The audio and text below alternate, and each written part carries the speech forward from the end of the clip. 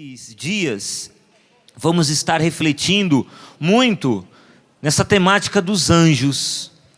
Mas o tema que me foi proposto hoje é para falar sobre visão e batalha espiritual. Então nós vamos, nesse breve momento, refletir um pouquinho sobre isso. A visão e a batalha espiritual. Porque já estamos nesse acampamento, quem como Deus? E é importante nós refletirmos sobre isso. Então, para bem refletirmos sobre esse tema, convido você a pegar a sua Bíblia e abri-la em Atos dos Apóstolos, capítulo 26. Atos dos Apóstolos, capítulo 26, a partir do versículo 9. É exatamente aqui nós vemos o terceiro relato que Paulo, apóstolo, faz da sua conversão. E este relato ele vai fazer numa autodefesa diante do rei Agripa. E ele vai falar, a partir do versículo 9, Atos dos Apóstolos, capítulo 26, versículo 9. Olha o que diz São Paulo. Eu também, antes, acreditava ser meu dever combater com todas as forças o nome de Jesus, o Nazareno. Foi o que eu fiz em Jerusalém. Prendi muitos dos seus fiéis com autorização dos sumos sacerdotes e dei meu consentimento quando eram condenados à morte. Muitas vezes, percorrendo todas as sinagogas, eu procurava forçá-los a blasfemar por meio de torturas e, no auge do meu furor contra eles, eu os caçava até em cidades estrangeiras. Nessas condições, eu estava indo a Damasco com autorização e a mando dos sumos sacerdotes. Ó rei, eu estava a caminho, quando pelo meio-dia vi uma luz vinda do céu, mais brilhante que o sol. Essa luz me envolveu, a mim e aos que me acompanhavam. Todos nós caímos por terra. Então ouvi uma voz que me dizia em hebraico: Saul, Saul, por que me persegues? É inútil teimares contra o ferrão. Eu respondi: quem é, Senhor? E o Senhor me respondeu: eu sou Jesus, aquele que estás perseguindo. Mas agora levanta-te e fica de pé. O motivo pelo qual te apareci é este: eu te estabeleci para que sejas meu servo e testemunha desta visão e de outras ainda nas quais te aparecerei. Eu te livrarei das mãos deste povo e também dos pagãos, aos quais eu te envio, para que lhes abras os olhos e para que se convertam das trevas para a luz, da autoridade de Satanás para Deus. Assim, eles receberão perdão dos pecados e participarão da herança com os santificados pela fé em mim. Palavra do Senhor, graças a Deus. Meus irmãos, eu fiquei muito feliz quando me passaram esse tema sobre a visão espiritual, batalha espiritual, porque é algo muito importante para a nossa vivência enquanto cristãos. Com certeza nós que estamos aqui, você que está acompanhando agora, já esse acampamento daí da sua casa, com certeza nós temos muitos pedidos a fazer a Deus. Queremos que o Senhor resolva o nosso problema conjugal, cure a nossa doença, que nos dê dinheiro para pagar as contas, que resolva nossas dificuldades, que converta o coração daquela pessoa que tanto nos machuca e nos ofende. Temos inúmeras necessidades. Quem aqui veio hoje e precisa de uma graça de Deus, por favor, levanta o braço. Olha só quantas pessoas precisam de uma graça de Deus. Eu também preciso. E o Senhor vem nos alertar que todas essas graças que você precisa são de fato importantes, são necessárias até. E é louvável você fazer os seus pedidos hoje ao Senhor. Quando o Senhor estiver passando aqui em nosso meio, na sua presença no Santíssimo Sacramento, faça o seu pedido a Deus. Peça aquela cura, peça aquela libertação, peça a conversão daquela pessoa, clame por aquele milagre. É louvável, é necessário, faça isso. Agora o Senhor também nos convida a darmos um passo além. Como cristãos que somos, também somos chamados a pedir uma grande graça. E isso, infelizmente, nós não pedimos. São poucos os cristãos, são raros os cristãos que pedem esta graça a Deus. E por isso nós vemos tanta infelicidade, vemos tanta fraqueza, vemos tanto medo, vemos tanta apatia em nosso meio, porque os cristãos simplesmente se esqueceram de pedir a Deus essa grande graça, a graça de uma visão espiritual. E veja, eu estou dizendo para você que quando se pede a Deus a graça de uma visão espiritual, é exatamente isso, porque a visão espiritual ela não vem de um esforço próprio. A visão espiritual, não pense você que é porque você tem muito conhecimento da Bíblia, da palavra de Deus, ou você conhece o catecismo da Igreja Católica da primeira à última folha, porque você conhece muitos livros, lê, você é um douto, é um verdadeiro teólogo, um exegeta, sabe, conhece muito. Mas você pode conhecer muito e mesmo assim não ter a visão espiritual.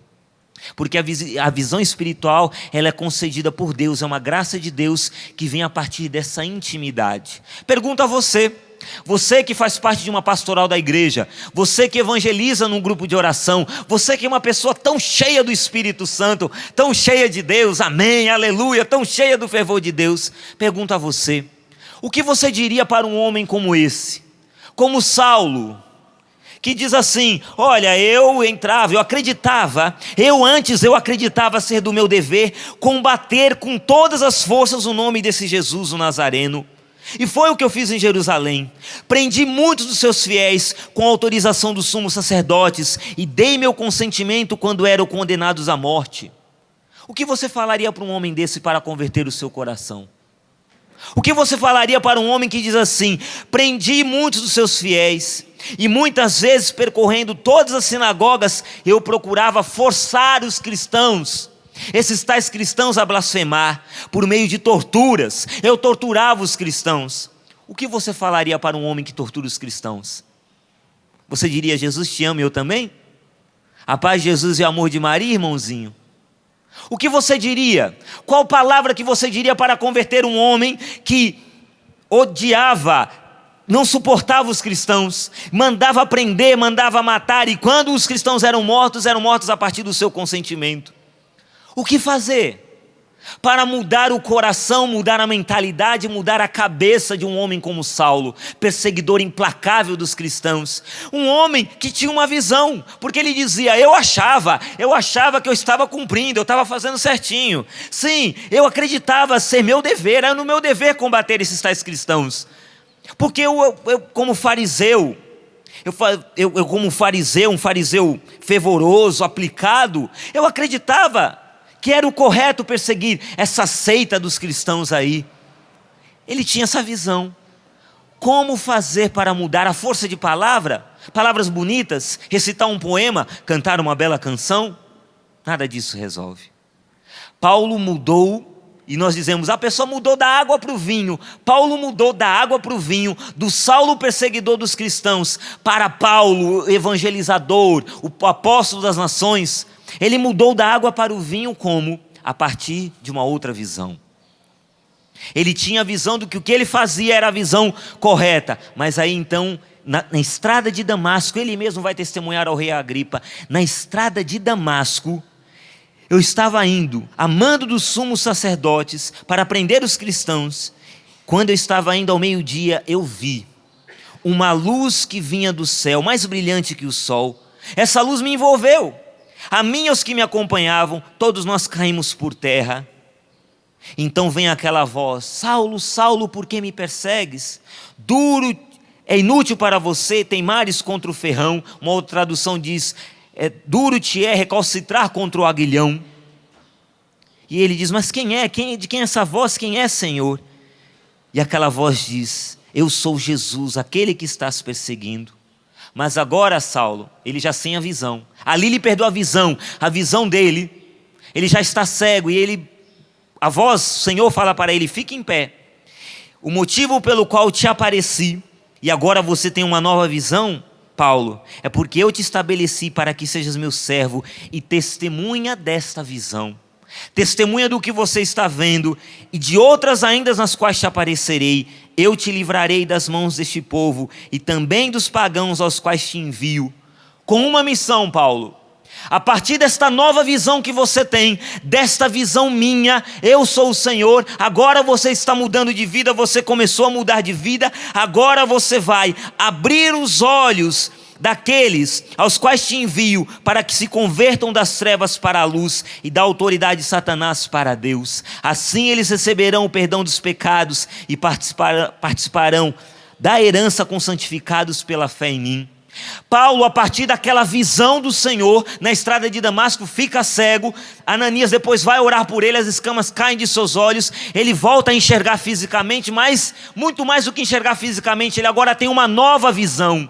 Ele começa a verdadeiramente enxergar pela ótica de Deus. E como ele começa a enxergar pela ótica de Deus, com o olhar de Jesus, enxergar os acontecimentos, enxergar as situações, enxergar as adversidades, não mais com o olhar de Saulo, perseguidor dos cristãos, mas com o olhar de Paulo, servo do Deus Altíssimo. A partir disso, o que Paulo tem que fazer? Testemunhar esta visão. Falar com autoridade desta visão. Eu vi o Senhor. Como Maria Madalena, eu vi o Senhor, encontrei-me com o ressuscitado. E a partir dessa experiência de encontrar-se com o ressuscitado, ele vai abrindo os olhos dos outros que estão cegos. Isso é muito importante, meus irmãos. A palavra de Deus lá em João capítulo 9, o Senhor vai nos falar no versículo 39. João, Evangelho segundo João, capítulo 9, versículo 39. Olha só o que Jesus vai dizer. Eu vim a este mundo para um julgamento, a fim de que os que não veem, vejam, e os que veem se tornem cegos. Os que não veem, passem a ver. Paulo não via. Ele achava que era um homem de visão, mas não era um homem de visão. Por isso ele estava cego. E aí o Senhor diz: você que não vê, vai passar a ver. E aqueles que não veem, e aqueles que dizem que veem, os doutos, os cultos, vão se tornar cegos. Olha que contradição que o Senhor faz. E o Senhor vai dizer isso exatamente nesse contexto da cura de um cego de nascença. Todos nós, meus irmãos, podemos nos colocar hoje no lugar desse cego de nascença. Todos nós. Ah, Alexandre, mas eu enxergo. Ótimo, eu também enxergo. Mas todos nós, por causa da nossa natureza pecadora, por causa da marca do pecado, nós nascemos cegos de nascença. Cegos, somos cegos de nascença. E cegos de nascença, o Senhor olha para nós, e as pessoas até olham para nós e dizem, como os discípulos, aqui em Atos dos Apóstolos, em João, melhor dizendo, capítulo 9, diziam no versículo 2, ao Senhor, os discípulos do Mestre diziam: Rabi, quem pecou para que esse homem nascesse cego, ele ou seus pais? E Jesus vai dizer: não, nem ele nem seus pais, mas é uma ocasião para que se manifestem nele as obras de Deus. E Deus então começa a manifestar a sua obra, dando a visão àquele homem, àquele cego de nascença. Ele leva aquele homem para um lugar mais afastado, cospe no chão, faz lama com a saliva, aplica nos olhos do cego, manda ele lavar-se na piscina de Siloé. Aquele cego de nascença se lava e recobra a visão. A partir disso, meus irmãos, a vida daquele homem muda. Ele era um cego de nascença. Todos os dias as pessoas passavam, jogavam uma esmolinha para ele. Ele dizia: uma esmola para o cego, pelo amor de Deus, uma esmola. Jogavam moedinhas para aquele pobre cego. Estava ali. Só que as pessoas de repente veem aquele cego curado, tinha acabado de lavar o rosto, caminhando normalmente. As pessoas dizem: mas peraí, não era aquele cego, o cego de nascença que ficava todos os dias ali na entrada do templo, ali mendigando, pedindo esmolas? E as comadres diziam: é verdade, é ele mesmo, olha, a menina está andando, olha que coisa, está enxergando. E todo mundo olhando ali, boca aberta: olha, está enxergando. E pergunto para ele: rapaz, é você mesmo, você está enxergando? Tô. E quem que fez isso? Olha, ele respondeu: o homem chamado Jesus fez um lodo, aplicou nos meus olhos e disse: vai lá na piscina de Siloé, lave-se. Eu fui lá, me lavei e agora eu estou enxergando. Simples assim. E as pessoas começaram: mas como? Como é que ele pode ver desse jeito? Cegos, não tem a visão. E aquele homem então, ele começa a ser questionado. Aquelas pessoas que questionam o cego levam ele para os fariseus. Os fariseus perguntam: mas como? Como que você está vendo? E ele conta a mesma história. Olha, ele me mandou, o homem chamado Jesus aplicou um lodo nos meus olhos, fui lá, mandou que eu lavasse na piscina de Siloé, lavei os meus olhos na piscina de Siloé e estou enxergando. Mas como que acontece isso? E aí o cego, que não era bobo, apesar de ser ex-cego, mas não era bobo, ele estava curado, mas ele dizia assim: pô, peraí, vocês ficam me perguntando toda hora? Perguntem para ele. E aqueles fariseus até chamam os pais. E os pais meio que empurram o problema. para o filho, dizendo: não, olha, a gente não sabe de nada. O que a gente sabe é que nosso menino aí era cego, ele nasceu cego. Mas agora enxergando, eu não sei como é que aconteceu. Se ele está falando que esse tal Jesus curou ele, é porque esse tal Jesus curou ele. Os pais falando. E aí começou aquela polêmica. E os fariseus começam a questionar o homem: mas como esse Jesus curar esse homem da cegueira no dia de sábado? Não pode, é contra a lei. E eles ficam revoltados. E aí, aquele homem, no versículo 24, os judeus dizem assim para ele: dá glória a Deus, nós sabemos que esse homem é um pecador, falando de Jesus.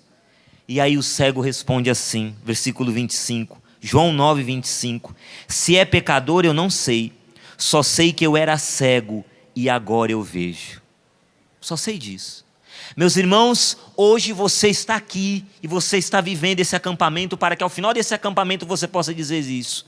Você possa dizer com toda a fé, dizer: só sei que eu era cego, mas agora estou vendo, pela graça de Deus, por aquele que me tocou, por aquele que mudou a minha vida. Meus irmãos, a visão espiritual é ver conforme Deus enxerga as situações, enxergar pela ótica de Deus, enxergar no plano do alto, no plano do sobrenatural. E esse é o grande risco de nós cristãos. Nós queremos enxergar de maneira rasa, meramente humana, terrena, para não dizer mundana. E é por isso que nós vamos nos perdendo no meio dos conflitos, nos meios das dificuldades da vida, porque nós não conseguimos ter esta visão espiritual dos acontecimentos. E um homem e uma mulher que perde a visão espiritual é um homem e uma mulher sem autoridade. E nós hoje precisamos de cristãos que tenham autoridade. Precisamos de pais de família, que sejam pais de família com visão espiritual, para educar os seus filhos a partir de uma visão espiritual, uma visão segundo Deus, para educar com autoridade. Porque Jesus, esse mesmo Jesus que restituiu a visão àquele homem, é o mesmo Jesus que a multidão vai dizer: ele não fala como os fariseus, doutores da lei, mas ele fala como quem tem autoridade. Olha que autoridade que esse homem fala. E nós precisamos dessa autoridade que vem do Espírito Santo. Mas enxergar, ter essa visão do Espírito, ter essa visão espiritual, é obra de Deus, não é obra nossa. Por isso nós precisamos clamar, precisamos pedir. E aí, meus irmãos, nós também já entramos na dimensão da batalha espiritual. Porque ter a visão espiritual é algo maravilhoso. Você chegar para alguém e não convencer a pessoa pela força da sua pregação, não convencer a comadre, o compadre, o filho, o pai, a mãe, dizer: olha, segue Jesus porque é bom demais, vem para cá você também porque aqui é legal demais, olha, vamos seguir Jesus porque Jesus me fez uma pessoa mais alegrinha. Não, mas é a partir do momento que você diz: eu era cego e agora eu estou enxergando. Eu era alcoólatra, era viciado, era adúltero, era um perdido na vida, eu era igual a Saulo, perseguia, matava, era contra o evangelho. Mas hoje Deus tocou em mim, tocou na minha vida, e a partir disso as escamas caíram dos meus olhos. Hoje eu enxergo, tenho essa visão segundo o Espírito. E a pessoa que está do seu lado começa a ver: nossa, essa pessoa de fato ela é diferente, ela enxerga diferente, ela se comporta diferente, ela fala diferente. É de fato um homem espiritual, um homem de visão espiritual, uma mulher de visão espiritual. Você está entendendo? Um homem de visão espiritual não é um homem que chega com a Bíblia embaixo do braço e fala: bando de incultos, vocês não conhecem nada da palavra de Deus, eu é que conheço da palavra, venham beber do meu conhecimento. Não é isso. O homem da visão espiritual é aquele que diz: eu era cego, mas hoje eu enxergo com a graça de Deus. Deus me deu uma vida nova, e a partir disso eu começo a enxergar a ação de Deus. É muito mais do que ficar enxergando anjos e demônios para cima e para baixo. Você está entendendo? Porque eu posso enxergar anjos e demônios para cima e para baixo, e mesmo assim, enxergando anjos e demônios para cima e para baixo, o meu coração não ser um coração convertido, o meu coração não ser um coração dócil a Deus, a minha vida não ser semente de transformação para os outros, a minha vida não ser transformação, ser transformada verdadeiramente, eu continuar na mesma vida mundana, profana, desregrada. E eu tenho visões, eu tenho muitas visões, muitas imagens, muitas visualizações, mas a conversão, a santidade não acontece na minha vida.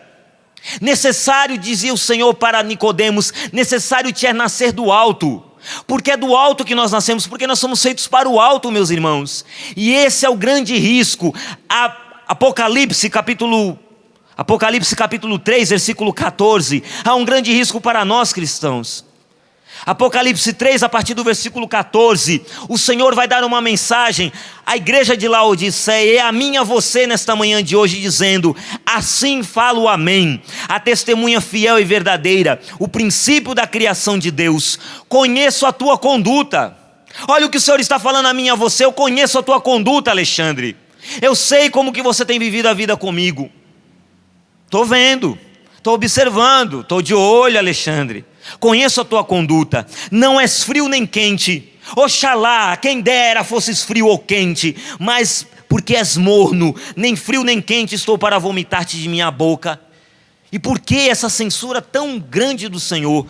Porque você diz: sou rico e abastado, não careço de nada, sou da canção nova, sou daqui da canção nova, sou consagrado da canção nova. Imagina, quem é você para falar comigo? Eu sou um consagrado da comunidade Canção Nova. Eu sou um homem de Deus, um homem cheio do Espírito Santo. Eu tenho conhecimento da palavra. Quem é você que não sabe nada? Sou rico e abastado e não careço de nada. Em vez, Alexandre, de reconhecer que és infeliz, miserável, pobre, cego e nu, dou-te um conselho: compra de mim ouro purificado no fogo para ficares rico, e vestes brancas para vestires e não aparecer a tua nudez vergonhosa, e compra também um colírio para curar os teus olhos, para que enxergues. Compra um colírio. Hoje o Senhor está dizendo a mim e a você: compre esse colírio. Seja um homem ou uma mulher de visão espiritual. Peça hoje: Senhor, eu quero enxergar as situações, eu quero enxergar a minha casa, não mais como um inferno que a minha casa está sendo. Não, eu quero enxergar hoje com os teus olhos, como o Senhor enxerga a minha família, como o Senhor enxerga os meus filhos, como o Senhor enxerga o meu casamento, como o Senhor enxerga a minha enfermidade. Eu não quero ficar enxergando dessa maneira rasa, superficial, mundana. Porque o Senhor diz ao vencedor, nessa mesma mensagem à igreja de Laodiceia, Ele vai dizer no versículo 21, ao vencedor farei sentar-se comigo no meu trono, como também eu venci e estou sentado com meu Pai no seu trono. Você entende? O homem e a mulher de visão espiritual, ele se assenta no trono, no alto, onde o Senhor está sentado à direita do Pai. O Senhor nos chamou para as coisas elevadas, para as coisas do alto, meus irmãos, para caminhar de forma natural no sobrenatural. E não é ficar andando por aí dizendo: o inimigo está ali, sai, o inimigo sai. Mas é diante de uma dificuldade, diante de uma situação em que até o encardido, que é o leão que ruge procurando a quem devorar, se revela com as suas armas sujas. Você se colocar como um homem de visão espiritual, a mulher de visão espiritual, tomar posse desse colírio que o Senhor te oferece hoje, o próprio colírio do Espírito Santo, e dizer: eu vou para essa batalha. Porque veja, a partir do momento, meu irmão, você pode pedir a cura da sua dor de dente, a cura da sua coluna, a cura do seu casamento, a restauração, pode pedir o que você quiser, mas a partir do momento que você pedir a Deus, e se você tiver a coragem de pedir a Deus e disser: Senhor, eu quero ser um homem de visão espiritual, eu quero ser uma mulher de visão espiritual, eu quero ser um jovem de visão espiritual, você comprou uma briga. Comprou uma grande briga. Sinto em lhe dar essa informação. Queria poder te dar uma notícia muito melhor, mas eu não posso te iludir, eu seria mentiroso. E a palavra de Deus é verdade. Você comprou uma briga. O Catecismo da Igreja Católica, no número 409, vai nos falar desta briga. A Gaudium et Spes, no número 37 da Gaudium et Spes, vai dizer assim: uma luta árdua contra o poder das trevas perpassa a história universal da humanidade, iniciada desde a origem do mundo, vai durar até o último dia, segundo as palavras do Senhor. Inserido nesta batalha, o homem deve lutar sempre para aderir ao bem. Não consegue alcançar a unidade interior, senão com grandes labutas e o auxílio da graça de Deus. O homem deve lutar sempre para aderir ao bem. Paulo que dizia: homem feliz que sou, não faço o bem que quero, mas o mal que não quero, mas não sou eu que faço, mas o pecado que habita em mim. Esse homem velho, um homem de visão espiritual, é capaz de compreender isso. Há uma luta, meus irmãos, há uma luta, e essa luta vai acontecendo. Essa luta acontece sobre nossas cabeças, sobre nós, entre anjos e demônios. E essa luta também acontece aqui dentro, como o Senhor vai dizer: aos seus discípulos dizendo: é do coração do homem que brota o assassinato, o adultério, todo tipo de corrupção. O pecado é aqui dentro que ele vai sendo trabalhado, é aqui dentro. E meus irmãos, nós precisamos ter muito cuidado, porque o Senhor está dizendo, você diz: eu não preciso de nada, não preciso dessa visão espiritual, não careço de nada. Ele diz: compra de mim esse colírio, só eu posso te dar esse colírio. Você pode ser um homem que tem uma bela visão comercial, uma bela visão administrativa, uma bela visão profissional, um homem de visão, mas se você não for um homem de visão espiritual, você não vai vencer esta batalha.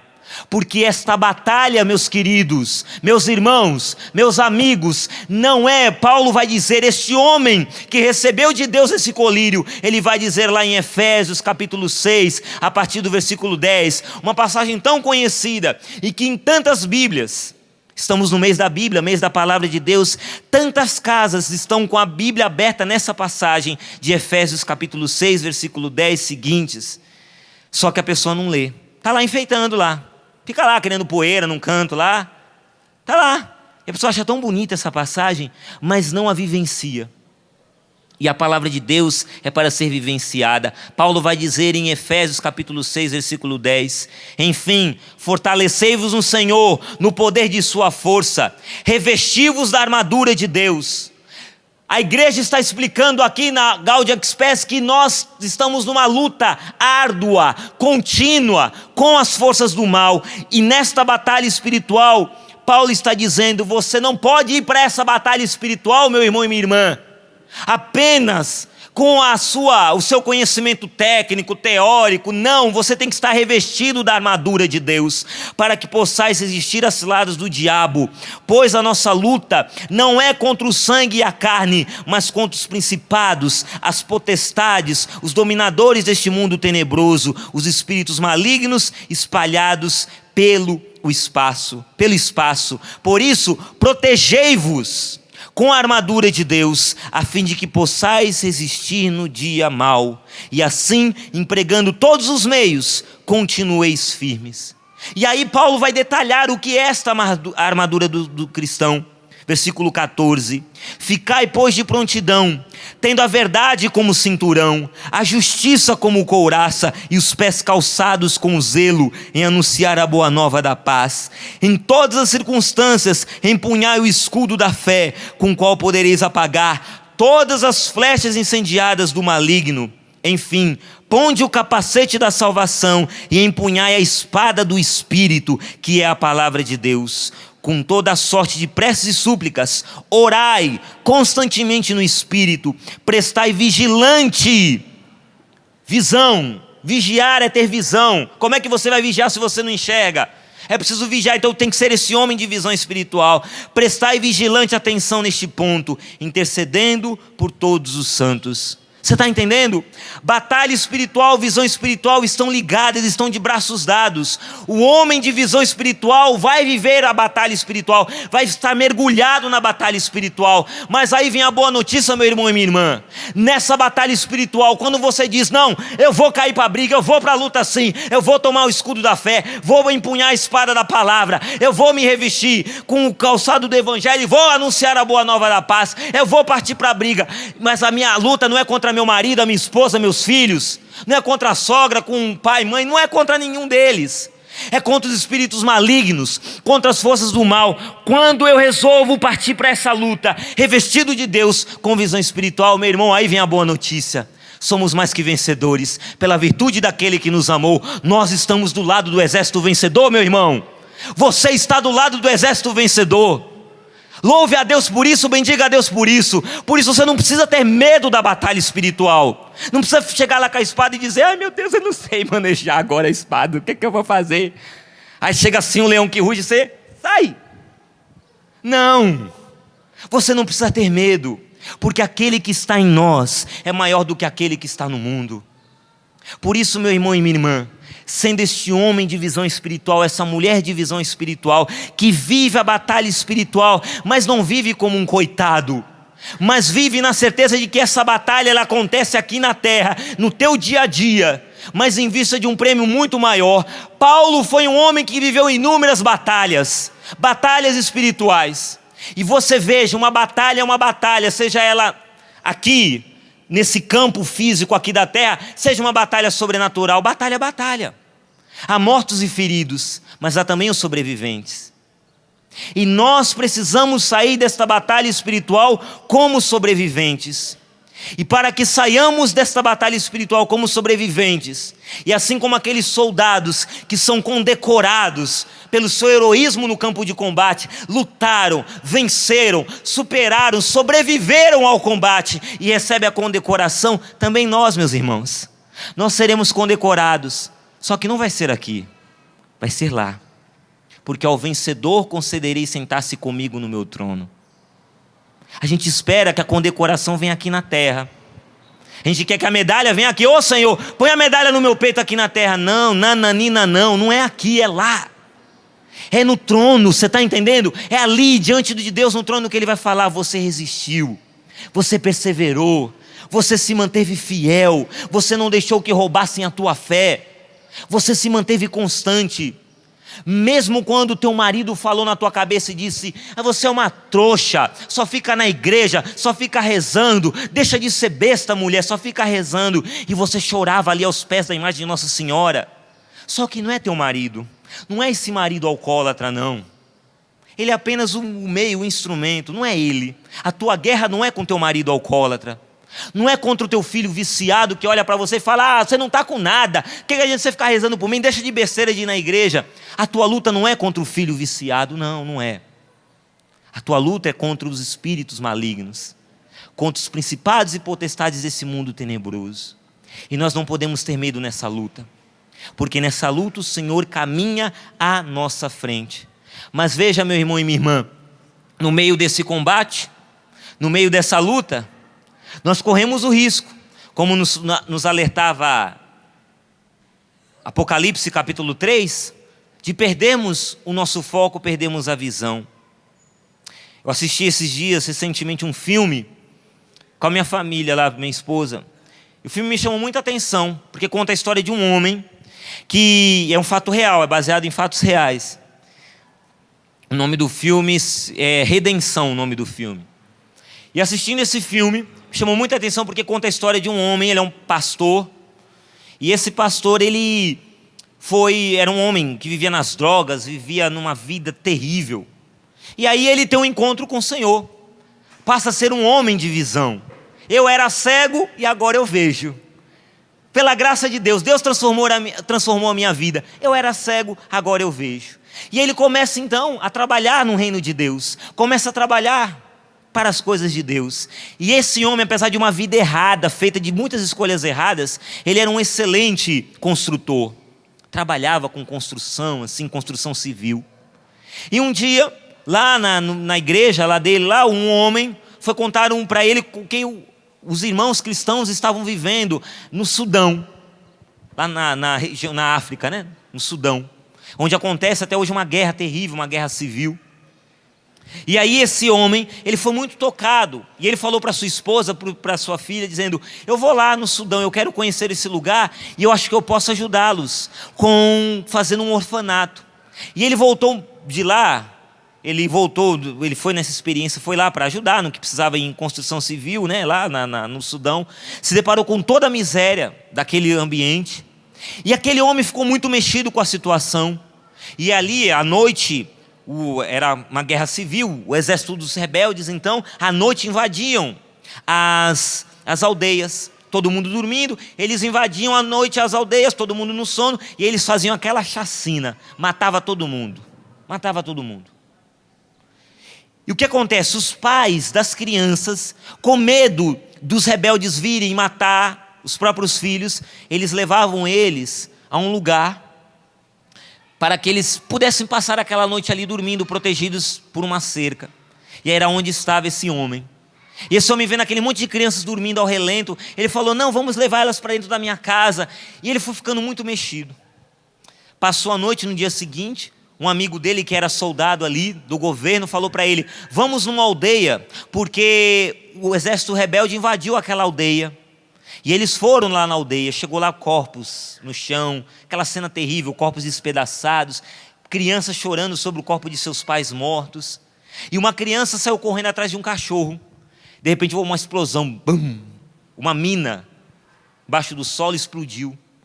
E aquela criança já amputada assim, as duas pernas mortas. Aquele homem viu aquela cena, ele ficou tão mexido, e com aquela criança morta, com as pernas despedaçadas nas mãos, ele chorava.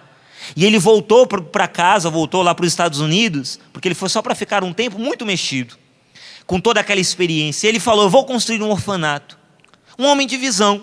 Começou a construir um orfanato, e fazendo aquele orfanato começou a salvar 200 crianças. Só que tinha os exércitos dos rebeldes. Aquele homem, ele tinha uma vida errada no passado, e ele sabia atirar muito bem, conhecia muito de armas. E ele começou então a usar de arma. E ele ia lá e com os outros soldados e enfrentar, na base da bala, ele ia enfrentar os inimigos. E aí o filme passa desse ambiente, dele lutando e atirando e fazendo tudo isso. Só que ele vai pedir doações para o seu orfanato, e as dificuldades aparecem. Porque você sabe que nós vivemos uma batalha espiritual. Aquele homem vive uma terrível batalha espiritual. E o que acontece com aquele homem? Ele perde a visão, começa a perder o foco, ele começa a se revoltar contra Deus, vai virando um homem violento, e cada vez mais ele vai matando os inimigos. Veja, um homem de igreja, um homem que se diz de Deus, ele vai matando os inimigos, e vai matando até que ele conhece um garoto, que perdeu o pai, perdeu a mãe, e que estava procurando o irmão, uma criança órfã da África. E ele perguntava para aquele menino o que aquele menino tinha vivido, e o menino não falava uma palavra. E aquele menino até queria ir com ele nas lutas, ele: não, você é muito criança, não vai.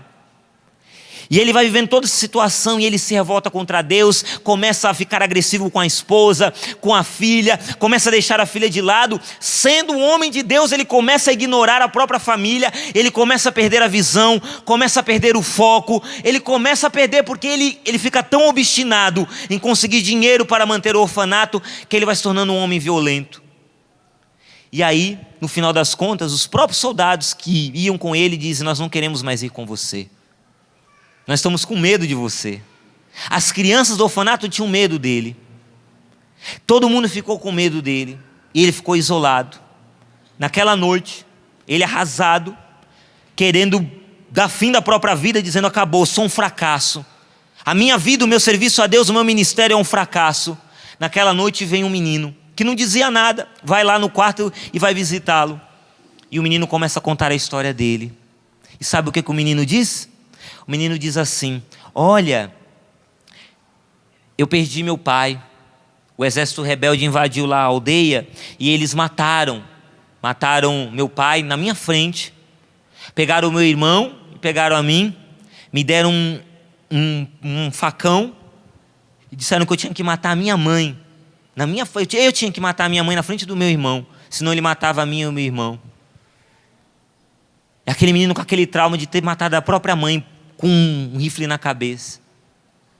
E aí o menino faz o mais surpreendente, ele vira para aquele homem, para aquele pastor, e diz assim: só que no meu coração, uma criança diz isso, só que no meu coração, eu tomei uma decisão, eu não deixei que o ódio invadisse o meu coração, porque eu sabia que a partir do momento que o ódio invadisse o meu coração, significaria que eles teriam vencido. Você começou a entender tudo o que é uma batalha espiritual. A partir do momento, cristão e cristã, que o ódio começa a invadir o teu coração por causa do marido que deixou você para ficar lá com a amante, por causa do filho que não te respeita mais, por causa das situações de injustiça, porque você é um trabalhador honesto e todo mundo puxa o seu tapete lá no ambiente de trabalho, e todo mundo te faz de trouxa, de banana, e você diz: que Deus é esse que não intervém, que não manifesta a providência, que não intervém na minha vida. E você vai se revoltando com as injustiças, vai se revoltando diante da batalha espiritual, vai ficando um cristão amargurado, azedo, irado, e o ódio vai tomando conta do teu coração. O inimigo venceu a batalha. Você está entendendo como é que se vence essa batalha? É com o capacete do Espírito, é com a palavra de Deus, é com a força da espada da palavra, é com esse zelo em anunciar a boa nova da paz, e é com amor. Por isso que nós somos do exército vencedor, porque o nosso general é Cristo, e Ele ama até a morte e morte de cruz. O demônio não ama ninguém, por isso que ele é um derrotado e é um fracassado, porque ele não sabe o que é o amor. O inimigo não ama ninguém, mas o Senhor ama, e porque Ele ama os seus, Ele vem cuidar dos seus, meus irmãos. Por isso hoje, nesse dia, já fechando essa pregação, eu quero ler para você, porque na internet a gente vê muitas notícias ruins. Eu quero ler para você uma notícia ruim, porque o que mais me chamou a atenção não foi a notícia em si, que é terrível, achei na internet, mas eu quero dizer para você o que gera nessa batalha espiritual. E aí eu vou mostrar para você aonde que acontece a batalha espiritual. Olha aqui: pai é preso no Rio após torturar a filha que não sabia usar o pinico. Essa é a manchete no site de notícias. Suspeito alegou que menino deixava nervoso quando defecava no chão. Polícia vai indiciar o pai por tortura e a mãe por omissão de tortura. Vou ler só um pedaço da notícia. Esse pai, suspeito de espancar a filha de 3 anos, foi preso na tarde dessa terça-feira, após denúncia da tia da criança. O pai alegou que bateu na menina porque está com problemas financeiros e porque ela não usou o pinico de forma adequada. Mais cedo a tia foi à delegacia informar que encontrou a criança com ferimentos e com o cabelo cortado. E aí o pai da criança se entregou à polícia. A menina está sob a guarda do conselho tutelar. Ela defecava no chão e isso me deixava nervoso, contou o pai, que afirmou estar arrependido. E a polícia então vai indiciar o pai por crime de tortura e a mãe por omissão de tortura. E o suspeito contou que a mulher discutiu com ele após ver a filha machucada e que por isso ela quase se separou dele. E esse rapaz é um réu primário que pode pegar de 2 a 8 anos de prisão. Essa é a notícia. Mostram fotos das crianças cheias de marca nas costas, de espancamento, de violência, de tortura. Temos tantas crianças sendo judiadas por aí. E aí, como todo site de notícias, tem os tais comentários. E eu quero ler para você alguns comentários. Logicamente, não preciso citar nome, porque preservando as pessoas, mas olha alguns comentários. Marginal, monstro. E a mãe uma sem vergonha também que não fez nada. Monstro. Tomara que ele apanhe muito dos policiais. Tenho vontade de chorar quando vejo essas coisas. Imagina quanto sofrimento dessa garotinha. Aposto que amava o pai e ficava toda contente em vê-lo, e essa mesma pessoa faz sofrer. Dói no nosso coração e mamãe permite isso ainda. Se eu fosse eu, ele estaria com a cara deformada, jogaria água fervendo nele. Ele tem que tomar um pau na cadeia, outro comentário. Monstro, isso não é pai. Espero que ele seja torturado pelos colegas de cela, pois eles estão lá, mas não por torturarem crianças. E aí tem um outro comentário aqui. Agora tem que fazer a criança defecar na boca desse marginal. Quis ler para você, gente. Estou mostrando isso aqui para você, uma realidade dura. Por que eu estou mostrando isso aqui para você?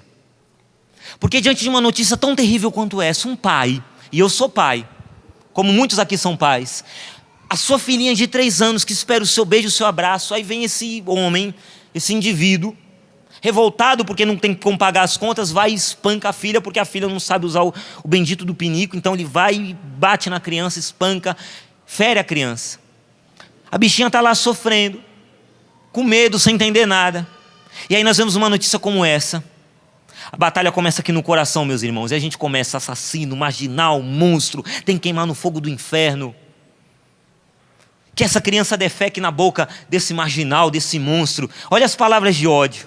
Você está entendendo como é que começa a batalha espiritual? Começa quando o ódio vai alimentando mais o ódio ainda. Diante de notícias ruins, a gente vai alimentando o ódio. Mas um homem de visão espiritual, ele faz o contrário. Frei Rufino, que foi um dos grandes colaboradores de Francisco de Assis, certa vez ele muito tentado por Satanás dizia a Frei Rufino, dizia assim: Rufino, você não vai para o céu. Não adianta suas penitências, não adianta suas orações, seus jejuns, você não vai para o céu, você não é digno do céu. E o Frei Rufino ficava atordoado. E aí dizia ainda, o demônio falava para Frei Rufino dizendo: olha, não adianta você ir lá procurar o filho de Pedro de Bernardone, não, procurar lá o tal Francisco, porque ele também está te falando um monte de coisa bonita, mas na verdade, isso tudo que ele está falando para você, não vai te levar para o céu. E aí Rufino foi ficando com o coração amargo, sendo tomado pelo ódio, pela tristeza, pelo desânimo, diante da batalha que ele estava vivendo, a tentação de cada dia, ele foi sendo tomado por essa raiva tão grande, e foi ficando triste. Francisco de Assis, o grande santo São Francisco, um homem de visão espiritual, sabendo o que se passa com o seu querido Rufino, chama-o para conversar e fala: Frei, o que aconteceu? Por que você deixou de acreditar em mim? E fica acreditando nessas palavras que o encardido está falando para você. E Francisco começa a dizer tudinho o que Rufino estava vivendo. O Rufino ficou irritado, triste, irritado consigo mesmo, envergonhado. Pediu perdão a Francisco de Assis.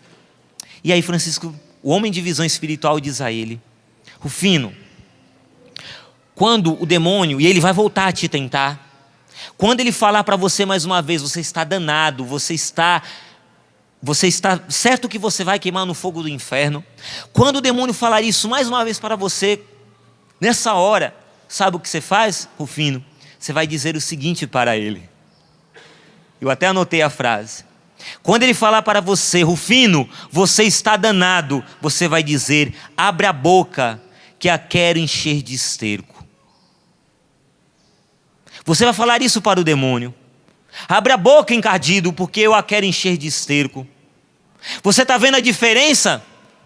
É muito melhor dizer isso para o encardido: eu vou encher a tua boca de esterco, do que dizer que esse pai aqui, que a criança defeque na boca dele. Você está entendendo a diferença? A revolta que o cristão vai sentir diante das injustiças do mundo não é contra as pessoas de carne e sangue, mas é contra os principados e potestades. A nossa luta não é aqui, meus irmãos, não é contra as pessoas, é contra os espíritos malignos. Põe isso de uma vez por todas na sua cabeça. Por isso, para de maltratar os seus, para de ficar revoltado com os seus. A tua luta é espiritual, a tua luta é espiritual. Quando o encardido pegar os teus da tua família, as pessoas que você tanto ama, esfregar na tua cara dizendo: olha, você não vale nada como cristão, você é um fracasso como cristão, você vai dizer: cala a boca, encardido. E se você ficar com a boca aberta me atormentando, eu vou enchê-la de esterco, porque eu sou do Senhor. Não fuja da batalha, meu irmão, não fuja, mas a tua batalha não é contra essas pessoas. Pare com isso. Você está entendendo? O encardido infelizmente nos colocou uns contra os outros, ódio alimentando mais ódio, revolta alimentando mais revolta. E aí nós vamos bombardeando na internet, nas mídias, nos meios sociais, falando morte, a forca, e vamos perdendo a visão espiritual. Não, um homem que tem a visão segundo Deus é um homem que enxerga a situação com misericórdia, que vê que tem jeito, que olha e diz: não, é possível a conversão, é possível a mudança de vida. É isso que o Senhor quer nos conceder nesse momento. E aí eu quero terminar essa pregação fazendo a oração, porque o Senhor vai passar aqui em nosso meio, e somente Ele pode nos dar essa nova visão. E se você pedir essa nova visão, eu quero dizer para você: você não vai se arrepender. Isso, pode ir tocando assim, faz o fundo. Você não vai se arrepender. Vai viver muita luta, vai viver muita batalha espiritual. Vai sofrer? Vai sofrer. Vai sentir na pele? Vai sentir na pele. Na Canção Nova, inúmeros irmãos estão vivendo batalha espiritual. Oh, como estão! A Canção Nova vive uma batalha espiritual constantemente, mas ela não desanima, ela não retrocede. E a nossa luta não é contra pessoas. A luta da Canção Nova não é contra pessoas, mas contra os principados e potestades desse mundo tenebroso, contra as forças espirituais do mal. E nessa luta a gente mergulha de cabeça, a gente não arreda o pé não. A Canção Nova não foge dessa luta não, meu irmão. Nós não fugimos dessa luta, porque fazemos parte do exército vencedor. Vem lutar conosco, vem lutar com a igreja. Para de lutar sozinho. Você está machucado, está ferido, está padecendo aí porque tem lutado sozinho. Deixa de lutar sozinho. Luta com a igreja, luta na igreja, luta na comunidade. Olha para a tua direita e olha para a tua esquerda, e faz isso agora. Olha aí, olha para a sua direita, olha para a sua esquerda. Você está vendo aí do teu lado uma pessoa que luta também, que não foge da batalha. Não é isso? Luta com você. Mas hoje você aprendeu, graças a esse pedido: eu quero ser um homem de visão espiritual. Você entendeu? Eu não preciso mais ficar lutando contra minha esposa, meu marido, meus filhos. Não preciso mais ficar lutando contra o meu patrão que não me dá aumento de salário. Não preciso mais ficar lutando contra aquela pessoa que fica me perseguindo, falando mal de mim. Eu vou lutar na oração, eu vou botar meu joelho no chão. E se tiver que criar calo aqui nas costas, eu vou criar calo aqui, mas é de tanto louvar a Deus, porque é no louvor que eu vou vencer. Eu vou orar, eu vou me revestir da armadura do cristão. E eu não vou nem dizer assim, eu vou vencer. Não, eu já estou vencendo. Porque somos mais que vencedores pela virtude daquele que nos amou. Você está agora, meu irmão, num lugar de vitória. E esse homem aqui que está na capa desse livro, Canção Nova, uma obra de Deus, pode mostrar aqui, Pio. Meu pai fundador. Um homem que já viveu inúmeras batalhas espirituais e continua vivendo. E ele não arreda o pé de nenhuma dessas batalhas. Não foge não. Um homem de visão espiritual. E se não fosse um homem de visão espiritual, se ele não fosse um homem de visão espiritual, você não estaria sentado aqui hoje nessa cadeirinha branca aí, confortável aí. Não estaria não? Você não estaria aqui acompanhando agora essa pregação pelo sistema Canção Nova de Comunicação. Não estaria. Mas Deus deu a esse homem que também disse um dia como Paulo: eu era cego e hoje eu vejo. Como aquele cego de nascença, e como Paulo dizendo: eu fazia as coisas erradas, mas hoje eu faço as coisas certas por graça de Deus. Um homem que passou da cegueira do pecado à visão de Deus.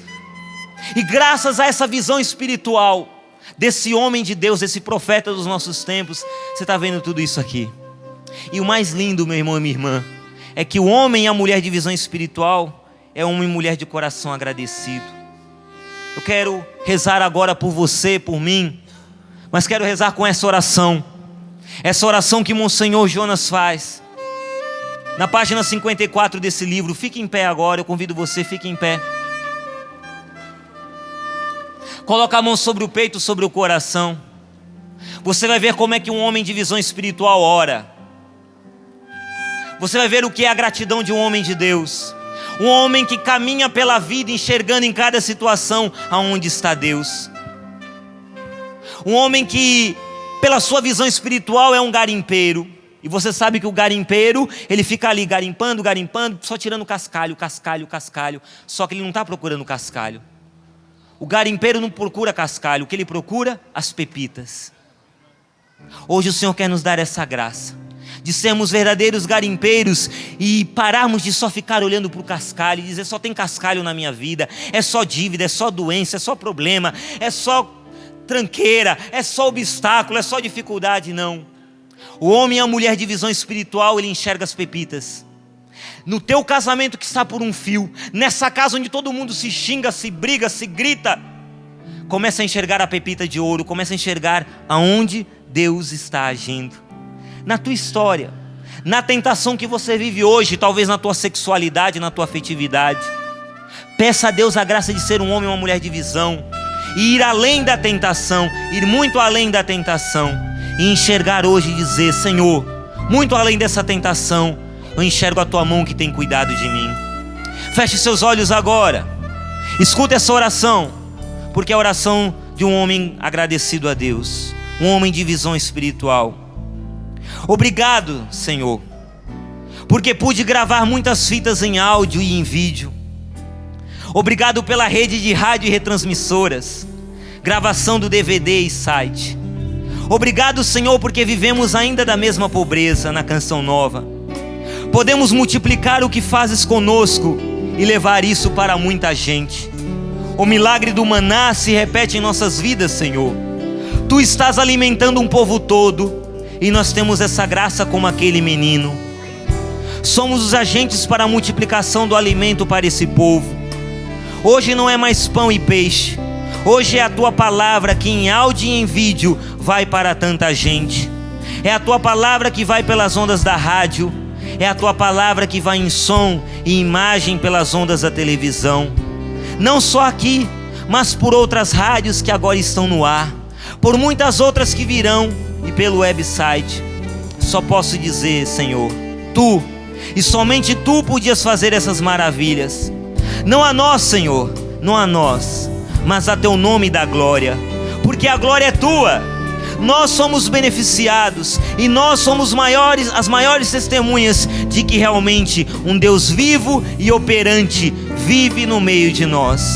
Sim, não podemos esconder que um Deus vive em nossa casa, que um Deus onipotente, para quem nada é impossível, vive escondido na pobreza, na simplicidade, até mesmo na riqueza de nossa casa. Muito obrigado por isso, Senhor. fica aqui mais um compromisso nosso. Não podemos esconder aquilo que nos dás, aquilo que recebemos de Ti. Precisamos proclamar sobre os telhados, Senhor. Obrigado, porque já podemos espalhar por cima dos telhados o que recebemos das Tuas mãos.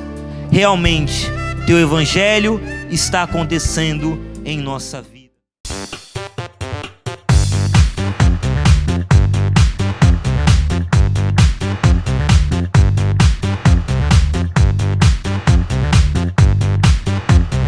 CançãoNovaPlay.com. Assine já!